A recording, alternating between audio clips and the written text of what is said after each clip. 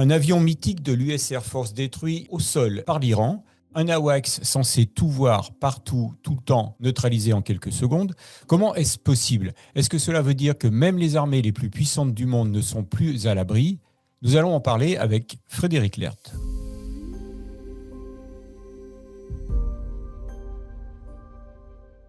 Salut Frédéric.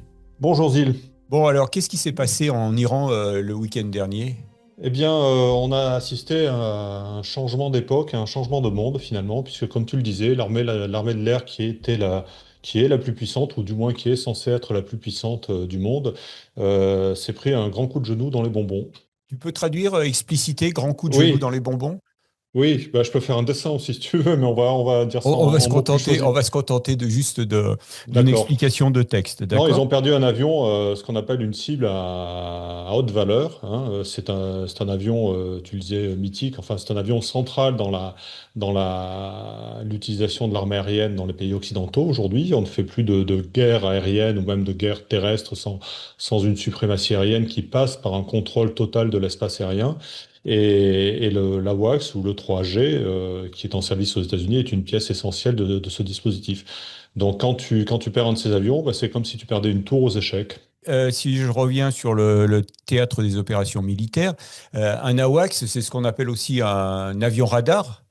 Hein, donc c'est un radar qui se déplace dans le ciel Oui, et qui voit tout ce qui se passe au sol sur une très très grande distance et d'une façon très précise, hein, c'est ça. c'est beaucoup plus que ça. C'est un véritable centre de commandement volant, hein, aujourd'hui. Alors bien sûr, tu as le radar qui est la pièce maîtresse, enfin les deux radars en fait, hein. Il y a un radar primaire et puis je crois qu'il y a aussi un radar IFF, hein. Et c'est cet avion qui a le radome là, qui fait 9 mètres de diamètre et qui tourne Voilà. au-dessus du fuselage. Oui, oui, c'est ça, un rotodome, c'est le système qu'on a trouvé, qui est finalement à l'échelle, sur une échelle de temps assez large, qui est un système très transitoire, puisqu'on est passé des systèmes, des radars fixes qui étaient montés sur le dos des superconstellations, pendant la guerre du Vietnam notamment, qui jouaient déjà ce rôle, hein.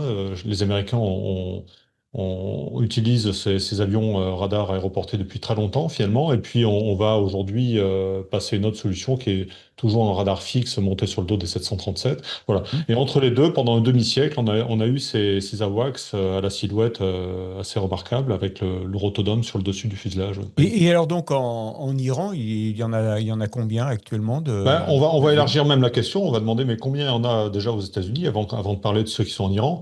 Les États-Unis avaient une flotte considérable. Les États-Unis ont vécu dans une situation de supériorité totale dans ce domaine pendant des décennies. Ils se sont sans doute endormis, hein, avec ça. Ils ont inventé la wax, ils l'ont développé, ils l'ont produit. Ils en avaient plus d'une trentaine en service. Et puis le temps a passé, ils se sont reposés vraiment sur leur laurier. Et aujourd'hui, ils n'en ont plus que 16, hein. Ces 3 dernières années, ils ont retiré du service une douzaine d'avions, tout simplement parce qu'ils sont trop vieux, hein. C'est Mhm. c'est un avion qui est rentré en service à la fin des années 70. Donc ils l'ont modernisé autant que faire se peut dans le système de mission, dans le radar, dans la façon de traiter les informations aussi, qui est un point très très important, dans les capacités d'écoute électronique. Un fait notable, ils l'ont jamais modernisé, ils l'ont pas remotorisé, ces avions, au contraire des flottes françaises ou britanniques. Ce qui fait que les AWACS américains se traînent toujours avec des vieux réacteurs, des JT8, je dis ça de tête, mais Mhm. on me corrigera dans les commentaires. Avant d'aller plus loin là sur l'AWACS, qu'est-ce que c'est, son histoire, son œuvre et tout, moi, ce qui m'intéresse de savoir, c'est qu'est-ce qu'ils faisaient donc là-bas en Iran, combien les Américains en ont déployé sur l'Iran et pourquoi il a été aussi vulnérable. Dans cette phrase-là, il y a toute l'histoire de ce à quoi on vient d'assister, hein, finalement. Donc on va la découper un petit peu, mais je termine quand même parce qu'effectivement, je partais du général, hein, une trentaine d'avions en service il y a 3-4 ans, et puis une réduction brutale de la flotte. Aujourd'hui, les Américains n'en ont plus que 16 sur le papier qui sont Hein. capables opérationnels. Et sur ces 16-là, ils en ont envoyé 6 en Iran. Donc ça donne un peu une idée enfin, pas en Iran, contre l'Iran. Mhm. Ça donne une idée de l'importance du théâtre d'opération, de l'engagement américain, et puis aussi de la pénurie à laquelle ils font face, parce que ce sont des avions à peu près qui ont un taux de disponibilité de 50%, ce qui veut dire en clair que quand on a 16 en parc, tu en as 8 qui sont opérationnels à un instant T. Quand on a 6 en Iran, ça veut dire qu'il y en a 3 qui sont opérationnels à un instant T en Iran, ou peut-être qu'ils font peut-être qu'ils font des relèves très rapides pour que, il y en ait plus que ça opérationnels en Iran. Tout ça pour dire que ça tire énormément sur les ressources américaines. Traditionnellement, ils en ont toujours une paire qui sont placés à Elmendorf en Alaska pour surveiller la Russie et à travers le détroit de Bering. Et ben là, ça veut dire qu'ils sont à l'os. Et si les Iraniens commencent à leur casser leurs jouets, là, ils vont être mal, oui, bien sûr. Comment donc les Iraniens ont réussi à détruire un avion au sol au sein d'une base même américaine? Comment et pourquoi? Comment? Eh bien, on sait depuis que la guerre a été lancée par les Américains que les Iraniens font feu de tout bois, qu'ils ont des réserves stratosphériques de missiles sol-sol et de drones. Donc, ils se sont pas privés d'attaquer déjà les pays du Golfe, on le sait bien, Israël aussi, et puis bien sûr l'Arabie Saoudite. Et la base sur laquelle sont installés les AWACS, c'est-à-dire différentes bases en Arabie Saoudite, mais notamment effectivement la base Prince Sultan qui est à côté de la capitale Riyad. Donc, il y a eu déjà il y a à peu près 2 semaines des tirs contre cette base. Ils ont détruit au moins un ravitailleur KC-135. On n'en a pas trop parlé parce que des ravitailleurs, il y en a plusieurs centaines aux États-Unis, donc c'est un avion parmi d'autres, c'est moins impactant. Ils ont quand même blessé une vingtaine d'Américains, donc plusieurs grièvement. Ils ont endommagé 4 ou 5 avions et détruit donc un ravitailleur. Et puis effectivement, là, ils ont réussi un coup de maître. 2 semaines plus tard, ils ont peut-être affiné leur mode opératoire. Enfin, ils ont chopé un AWACS ONI. Les AWACS utilisés là comme ça sur le champ de bataille, est-ce que il y en a plusieurs qui peuvent voler en même temps, ou alors c'est un seul suffit pour une mission? Alors, quand les Américains déploient 6 AWACS en Arabie Saoudite face à l'Iran, ça veut dire quoi? Ça veut dire qu'en gros, ils veulent avoir 2 avions en permanence en l'air qui se relaient. Donc, ça fait 8 heures de vol par paire d'avions chaque jour. 2 fois 8 heures de vol. Ils sont ravitaillables en vol? Oui, oui, oui, bien sûr, ils sont ravitaillables en vol. Mais bon, là, si tu les fais 8 heures de vol, si tu les fais voler 8 heures, a priori, il doit pas être nécessaire de les ravitailler en vol ou juste une fois. Enfin, tu peux aussi effectivement prolonger leur mission au-delà de ces 8 heures théoriques, hein, et faire, imaginer par exemple, des missions de 12 heures ou de 10 heures avec un renouvellement des patrouilles un peu plus lent. Mais voilà, c'est l'idée, c'est qu'effectivement, tu as un nombre tel d'AWACS que tu peux assurer une permanence sur le champ de bataille. Le champ de bataille est quand même très étendu, hein. L'Iran, c'est pas la Belgique. Donc, avoir 2 avions pour contrôler toute la zone, ça semble être un minimum et tout au moins une exigence. Mais ça veut dire donc en permanence, il y a un avion qui surveille la région. Deux, deux Deux avions, avions en 2 avions. permanence, en permanence. A priori, oui, Oui, bien d'accord. sûr, parce que voilà, le combat se fait aussi beaucoup de nuit. Alors, les AWACS sont utilisés pour plusieurs choses, hein. Ils vont contrôler les raids aériens, ils vont les organiser, ils vont contrôler l'espace aérien au-dessus de l'Iran, mais ils vont aussi beaucoup servir à contrôler les raids de drones ennemis, enfin, à contrôler, à essayer de détecter les raids de drones ennemis. Donc, c'est pour ça qu'il y a une permanence qui est absolument nécessaire. Ce coup-là des Iraniens sur les AWACS américains, c'est pas franchement une première, puisque les Ukrainiens ont réussi un beau coup, eux, en Russie aussi, il y a quelques mois, hein. C'était au milieu de la guerre à peu près, hein. Oui, oui, mais oui, c'est d'autant plus étonnant que les Américains se soient laissés surprendre avec le pantalon sur les chevilles, hein, finalement. Parce que, il y a eu comme tu le dis, il y a eu des précédents. Il y a même eu des précédents pendant la guerre de Corée, hein, figure-toi. Les Américains ont perdu un avion radar. Alors à l'époque, c'était les super constellations qui étaient aménagées. Je crois que c'était les EC-121 euh, qui a été abattu par des MiG. Alors non, pardon, autant pour moi. C'était pendant la guerre du Vietnam et l'avion a été abattu par des MiG coréens. Donc ça a quand même créé un gros émoi. C'est le seul exemple jusqu'à présent d'avions américains, d'avions radar américains abattus au combat. Donc ça a créé un gros émoi. Les Américains ont revu leur procédure, voilà. Mais effectivement, cette première perte au combat est assez étonnante. On peut se demander, mais pourquoi ont-ils basé leurs AWACS aussi près? Enfin, tout est relatif, hein, c'est quand même à 500, 600 km de la frontière iranienne, mais pourquoi les ont-ils mis aussi près finalement de la zone de combat?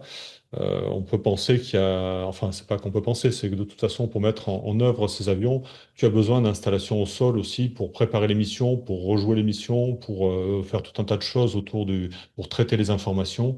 Et ça se déplace pas dans une caravane. Ça, c'est l'environnement qu'offre une base aérienne comme celle des Américains en Arabie Saoudite. C'est une base aérienne qui regroupe combien d'hommes? Tu as une idée de ça?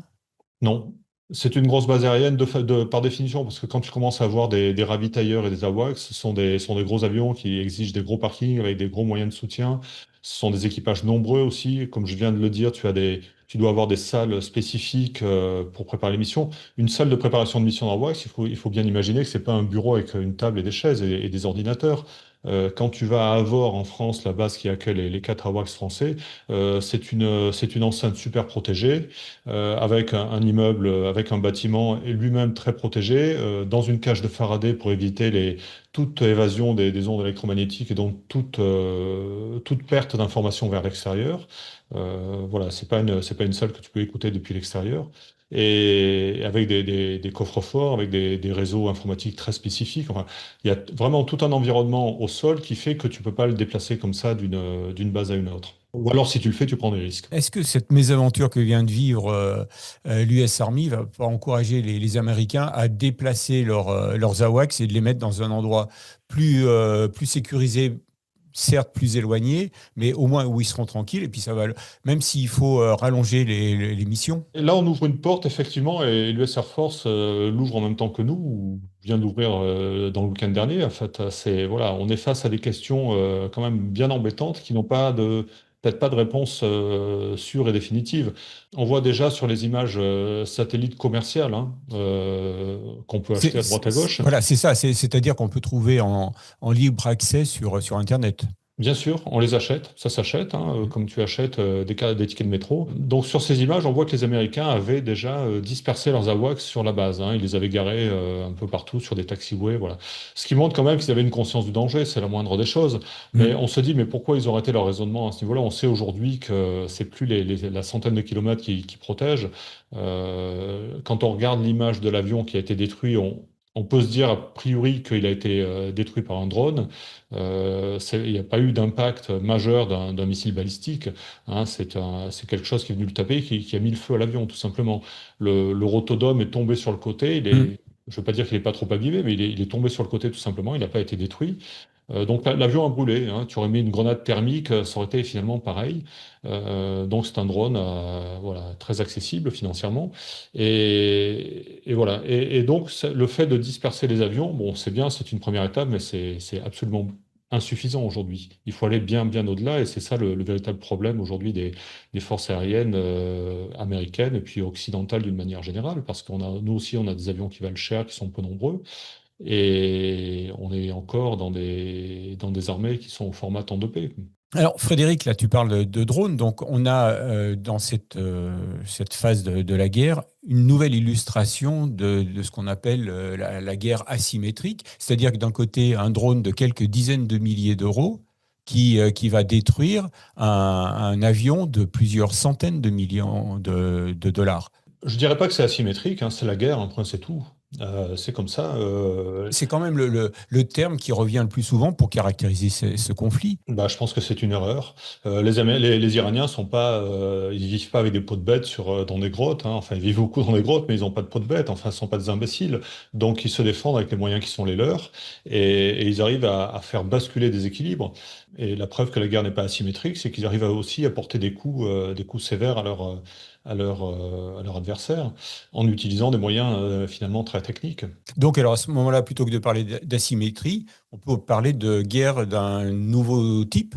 Oui, oui, avec effectivement des nouvelles contraintes dans l'équation de la guerre, il y a des tas de nouveaux termes aujourd'hui qui sont apparus et qui complexifient. On passe d'une équation à deux, trois inconnus à des équations à X inconnus.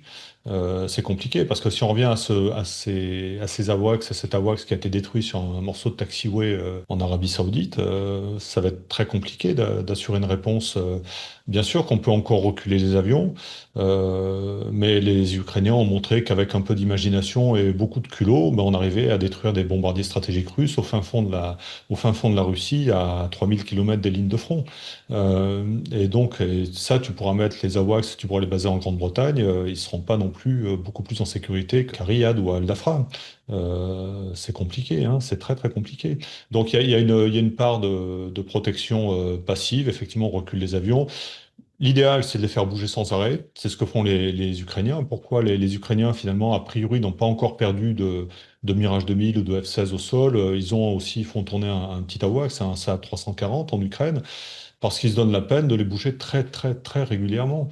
Ils ont des tas de terrains de desserrement et puis voilà, ils roquent leurs pièces comme sur un échiquier. Tout à l'heure, je parlais d'échiquier. Mhm. Voilà, ils roquent leurs pièces sans arrêt pour éviter d'être surpris au nid parce il y a une boucle en face chez l'adversaire, tu as une boucle de décision qui va du repérage de la cible à la mise en œuvre de l'armement, au lancement de l'armement et au temps de déplacer l'armement vers la cible. Enfin voilà, tout ça fait une boucle qui se compte aujourd'hui en quelques heures. Et c'est dans ces quelques heures qu'il faut surprendre l'adversaire et puis bouger tes avions pour que tout le scénario qui a été mis en place par l'adversaire pour venir les détruire tombe à l'eau et devienne caduque. Ils sont obligés de recommencer à zéro parce que l'avion est sorti de sa base et il est allé ailleurs.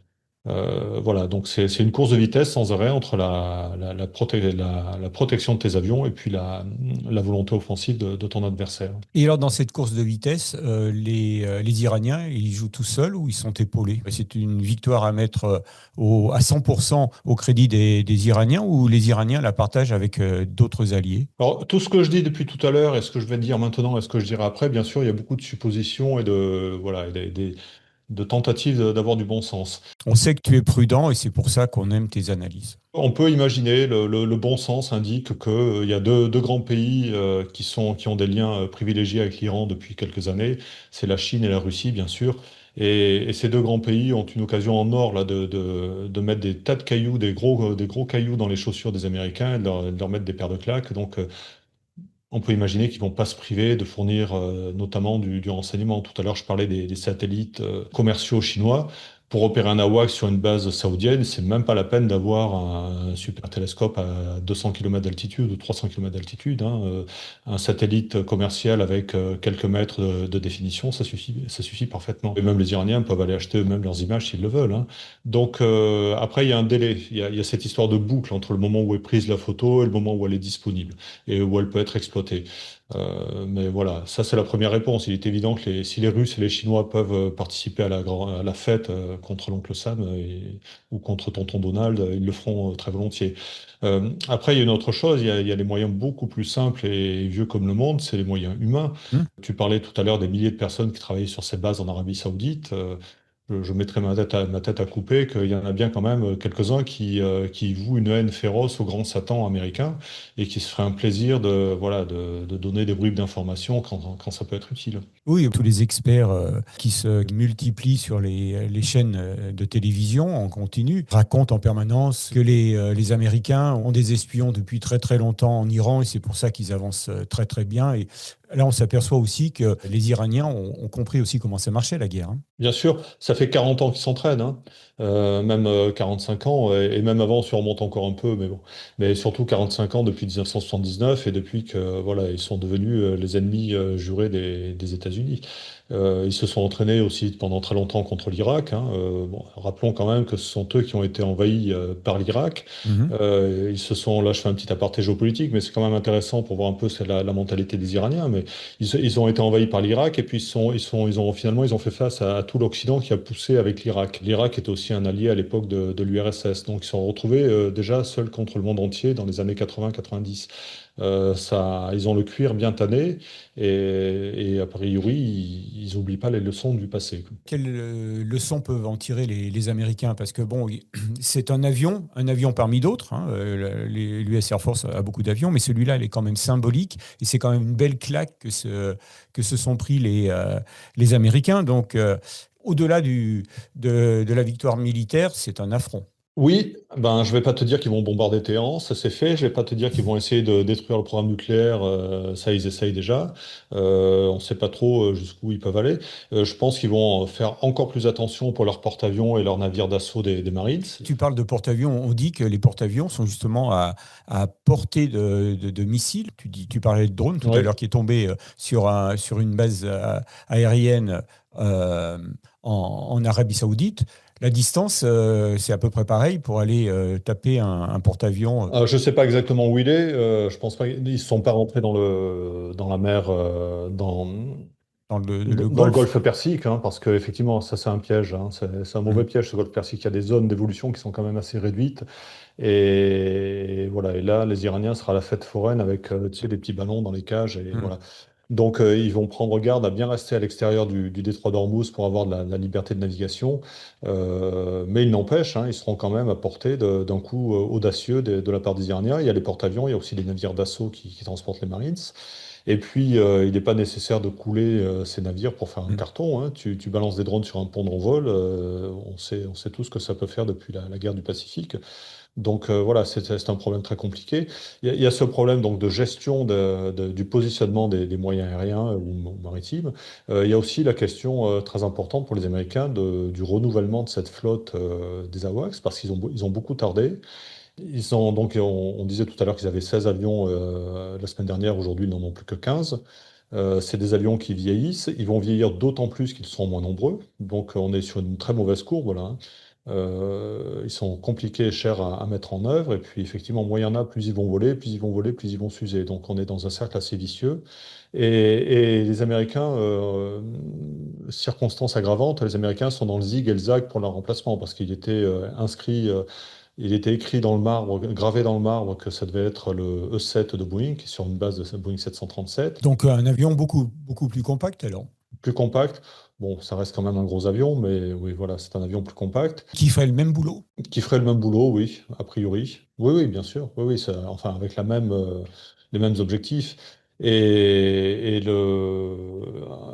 Donald Trump a jeté un pavé de plus dans la mare. Hein. La mare, elle commence à déborder de cailloux tellement il en jette. Et donc, il a été question d'annuler ce programme et de le remplacer par un système un peu fantasmagorique de surveillance de l'espace aérien depuis l'espace avec des constellations de satellites. Alors là, on en est encore très très loin on est encore très loin d'avoir un système opérationnel. Donc on est revenu finalement sous la pression du Congrès à une solution plus classique avec ces avions radars. Mais toujours est-il que ça avance lentement, que ça, bien sûr, comme sur tous les programmes, tu as des dépassements de budget et Mhm. parfois aussi des mauvaises surprises en termes de performance. Apparemment, ça serait le cas du côté des Britanniques, hein. Les Britanniques ont fait le choix de cet avion. Oui, oui, les Britanniques ont déjà retiré leurs AWACS hein, traditionnels entre guillemets, qui sont sur une base de 707. Ils les ont déjà retirés et donc ils ont fait depuis plusieurs années le choix du E7. Ils ont un premier avion qui vole et qui apparemment a quelques quand même difficultés de mise au point, avec un niveau de performance qui ne correspond pas aux attentes. Donc voilà, il n'y a absolument rien de réglé et ce sont des programmes très longs, ça. Hein. Les Américains peuvent aussi compter sur la flotte de Hawkeye de l'US Navy. Le Hawkeye, c'est un avion radar donc, qui est embarqué sur porte-avions. C'est un avion à hélice, là. Hein. Voilà, c'est un bimoteur à hélice avec aussi beaucoup moins de capacité de traitement de l'information, puisque au lieu d'avoir une quinzaine de bonhommes à bord, tu en as que trois qui gèrent à la fois le contrôle aérien, les interceptions, l'utilisation du radar. Donc, c'est un équipage très resserré avec forcément une capacité de travail qui est moindre. Mais l'avantage, c'est qu'effectivement, ces avions sont plus nombreux, hein, il y en a plusieurs dizaines en service. Et puis, c'est un avion pour lequel donc, l'installation sur une base se pose. On peut le baser on peut le baser à terre. Hein, les Israéliens en avaient, ils le faisaient, ils le basaient à terre. L'avantage quand tu le bases à terre, c'est que les avions sont des avions beaucoup plus compacts avec la voilure repliable, donc tu peux avoir des abris blindés. Tu peux les glisser dans un abri blindé sans problème. Mhm. Euh, Quand il est sur un porte-avions, bah, le porte-avions il se déplace de 1000 km par jour. Donc voilà, ça permet de laisser l'adversaire dans le flou quant à sa position exacte. Mais le niveau de performance n'est pas le même. Hein. L'avion monte moins haut. Donc quand il monte moins haut, bah, il voit moins loin, forcément. Mhm. C'est de la physique de base. Il va moins vite. Et puis, je le disais, il a une un équipage beaucoup plus réduit à bord. Les Américains n'ont pas fait le choix de la modernisation de leurs AWACS, contrairement aux Français. Les Français, tu disais, on a quatre AWACS. Ils sont en cours de modernisation. Si, les Américains ont fait le choix de la modernisation, hein. Les avions, en 50 ans, ils sont entrés en service à la fin des années 70, donc on va arriver à 50 ans de service. Ils ont été modernisés, le système d'armes, en fait, hein, ce qu'on appelle Oui. le système d'armes, c'est-à-dire le système de détection, de traitement de l'information, de tout ce que tu veux, a été constamment modernisé. Ce que les Américains n'ont pas fait, c'est qu'ils n'ont pas remotorisé leurs avions. Ils sont restés avec les réacteurs d'origine. Ce qui implique une autonomie moindre. Enfin voilà, c'est au niveau du porteur que ça n'a pas suivi. La France a modernisé aussi ses avions. Il y a deux choses dans un AWACS, hein. Tu as l'équipe de conduite de l'avion qui est à l'avant, dans le poste de pilotage, et puis tu as toute l'équipe de, de mission, voilà, tout l'équipage qui gère la mission proprement dite. La France a modernisé de manière assez constante ces quatre avions. Je crois qu'elle en est à l'heure actuelle à moderniser la tranche pilotage, enfin le cockpit de l'avion, parce que c'est un avion qui vole encore aujourd'hui avec un équipage de pilotes, navigateurs et officiers mécaniciens navigants. Donc c'est un équipage nombreux et un peu anachronique de ce côté-là. Mais la France, de toute façon, a lancé le coup de fouet est parti pour le remplacement de ces AWACS, hein. Voilà, c'est là où je voulais en venir, c'est que Ah, ben fallait le dire alors. eh ben, me voilà, je débarque avec mes Ah gros oui, sabots. Donc, effectivement, tu parles d'avions qui ont plus de 50 ans d'âge. Bon, alors on sait, toi qui es aux le États-Unis, spécialiste, aux toi États-Unis. qui es le spécialiste du B-52, tu sais qu'un avion, et tu l'écris assez régulièrement, qu'un avion comme le B-52 aura une carrière opérationnelle de plus d'un siècle. Bon, sur les AWACS, il y a actuellement un grand marché du renouvellement. On a vu plein de signatures et surtout des offres qui se diversifient. Tout à fait. Oui, oui, absolument, tu as raison. Alors, pour ce qui est de la France, l'arrêt des AWACS que l'on connaît aujourd'hui, des E3F, est programmé, hein, au dernier salon du Bourget, on a vu que la DGA avait signé pour deux Saab du système REAI suédois, euh, livrables à partir de 2029. Donc, c'est demain, c'est dans 3 ans, plus deux autres Donc options. là, les Saab, ce sont des avions d'affaires qui sont transformés. Voilà. La base, c'est un bombardier. Oui, c'est Alors là, ça. ouais, c'est un bombardier, oui, oui. C'est-à-dire un jet d'affaires, un biréacteur Ouais. bombardier global. Ouais. Et donc, effectivement, c'est ce qu'on voit à droite, à gauche dans le monde, c'est que ces gros avions lourds, très coûteux, avec un équipage pléthorique, sont remplacés par des avions d'affaires, du gros segment, hein, mais ça reste quand même Bien des avions sûr. d'affaires beaucoup moins chers à acheter, à l'achat et à la mise en œuvre, et puis plus facile aussi à soutenir techniquement, quoi, à mettre en œuvre. Ce sont des avions d'affaires avec deux réacteurs qui sont beaucoup moins puissants, donc plus économiques, qui ont une grande cabine. Ça, c'est leur caractéristique. Donc, on peut loger pas mal de monde à bord. Et puis surtout, qui ont des performances assez exceptionnelles. Ils sont rapides. Et c'est des avions qui ont des grandes autonomies aussi. Tu parlais de 7 heures tout à l'heure. Là, on est sur des autonomies supérieures à 10 heures Oui, mais ce ne sont pas des avions ravitaillables en vol. Et puis la cabine, attention, ça reste quand même une cabine d'avion d'affaires. Même si elle est grande par rapport à un Falcon 20, ça reste quand même une cabine d'avion d'affaires où tu tiens debout, mais tout juste au centre de Hmm. l'allée. Ce qui veut dire que quand même, ça pose des contraintes et des contraintes toutes bêtes parce que par exemple, je ne sais pas comment seront aménagés les avions, mais si tu as des consoles face à toi dans la cabine avec des sièges comme des sièges passagers normaux, ça va, tout va bien, tu peux endurer des vols assez longs. Si tu es tourné contre la paroi du fuselage, comme dans le Hawkeye par exemple, ou le Breguet Atlantique, ou d'autres avions comme ça peut devenir assez vite pénible au bout de quelques heures à faire des ronds dans le ciel parce que tu es pas face à la marche, mais tu es sur le côté, tu regardes vers l'intérieur du virage ou vers l'extérieur du virage. Ça peut être un détail, mais c'est un détail apparemment qui peut quand même peser beaucoup dans le bien-être de l'équipage. Les AWACS, donc, qui sont des avions de ligne transformés, bénéficient d'un espace de repos à l'arrière avec des Hmm. couchettes, avec une table avec, voilà, tu peux sortir sur un vol de 10 heures, tu peux aller te dégourdir et manger un yaourt ou faire une sieste d'une demi-heure, ce qui ne sera pas le cas sur des avions d'affaires transformés. On parle là du système SAB qu'a choisi la France, mais il y a d'autres systèmes qui sont en concurrence. Oui, Les Brésiliens, par exemple. voilà, donc effectivement, c'est un Lego qui est assez classique, hein. Tu prends un avion et puis tu prends un système, une avionique, un système radar, et puis tu maries les deux, tu colles le radar, ça se fait assez couramment maintenant, tu colles le radar sur le fuselage. Ça se fait d'autant plus facilement, et c'est peut-être ce qui empêchait que ça se fasse avant, c'est que maintenant tu as des radars sans antenne mobile, hein. L'antenne est fixe, statique, c'est l'électronique qui simule le balayage. Et donc, tu n'as pas l'exigence de trimballer ce rotodome sur le dos du fuselage. Donc, voilà, tu as une espèce de canoë qui est implanté sur le dos du fuselage. Et effectivement, tu peux accéder à des avions, à des aéronefs beaucoup plus petits. Quand la France va recevoir ces avions, ces nouveaux avions au radar, ces deux SAB, euh, à la fin de la décennie, hein, c'est ça, c'est ce que tu disais. Est-ce que ça va compléter ou remplacer à terme les AWACS? Juste un mot, quand on dit SAB, SAB c'est l'intégrateur, hein, de Oui, l'avion oui, et du radar, hein. Est-ce que ça va complètement remplacer les AWACS? Bien sûr, ça va les remplacer, oui, oui. Ça va les remplacer et bah, c'est d'autant mieux que maintenant la France se retrouve finalement un peu isolée à utiliser ces AWACS, hein, parce que il y avait des liens très forts avec la Royal Air Force qui partageaient donc les mêmes avions, des AWACS, et la même motorisation. La Royal Air Force donc a renoncé à ces avions. Il reste les liens pour l'entraînement des équipages et la conduite des missions. Il reste des liens avec l'US Air Force. Mais au niveau de la cellule, on voit bien aussi que ça se réduit du côté de l'US Air Force. Et il est évident que de toute façon, le jour où l'US Air Force arrêtera de les utiliser, la France ne pourra pas continuer tout seul. Mais le calendrier actuel montre que la France arrêtera ses avions avant l'US Air Force, a priori. A donc, priori. ça veut dire quoi, au début des années 2030 ou au milieu Ben, peut-être? livraison des deux premiers avions commandés à Saab, c'est Mhm. 2029-2032.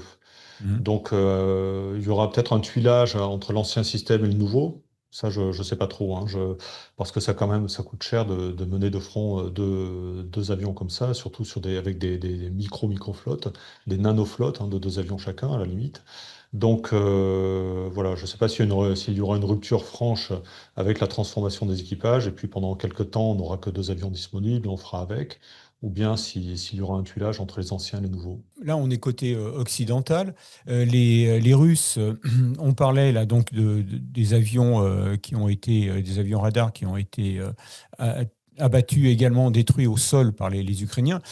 Toi-même, dans tes articles sur Aérobuzz, tu le disais, c'était quand même des vieux avions. Oui, enfin, la cellule était moins raffinée que. Et, tu sais, c'est pas mieux, hein, côté américain, de me prendre du 707, c'est pas non plus extraordinaire, hein. Mm. Alors, il y a eu des systèmes radars qui ont été montés pour les Japonais sur du 767, par exemple, ce qui est un peu plus récent. C'est un bimoteur.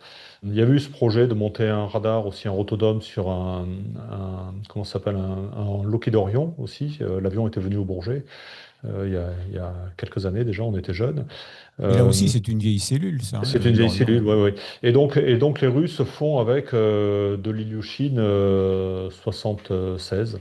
Euh, les Russes et les Indiens, d'ailleurs, je suis en train de me demander si les Indiens, on verra ça. Écrivez-nous dans les commentaires pour préciser. Moi, je fais ça de tête. Mais voilà. Et le fait est que les Indiens aussi passent sur des systèmes à base d'avions d'affaires, aussi plus compacts et moins coûteux à mettre en œuvre. Donc ça, c'est la grosse tendance, c'est passer sur des avions biréacteurs, plus compacts et plus performants au point de vue électronique. La performance, elle vient de toute façon avec l'évolution du matériel. Et c'est parce que le matériel évolue qu'on peut installer ces systèmes à bord Hmm.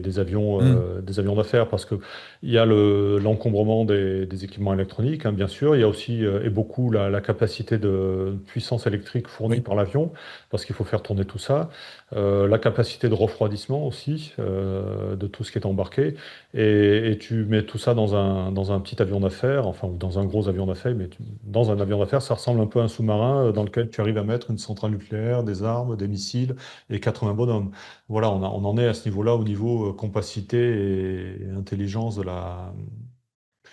de l'équipement et de l'organisation à bord. Et maintenant, qu'est-ce qu'on tire comme conclusion de cet épisode récent de la guerre d'Iran?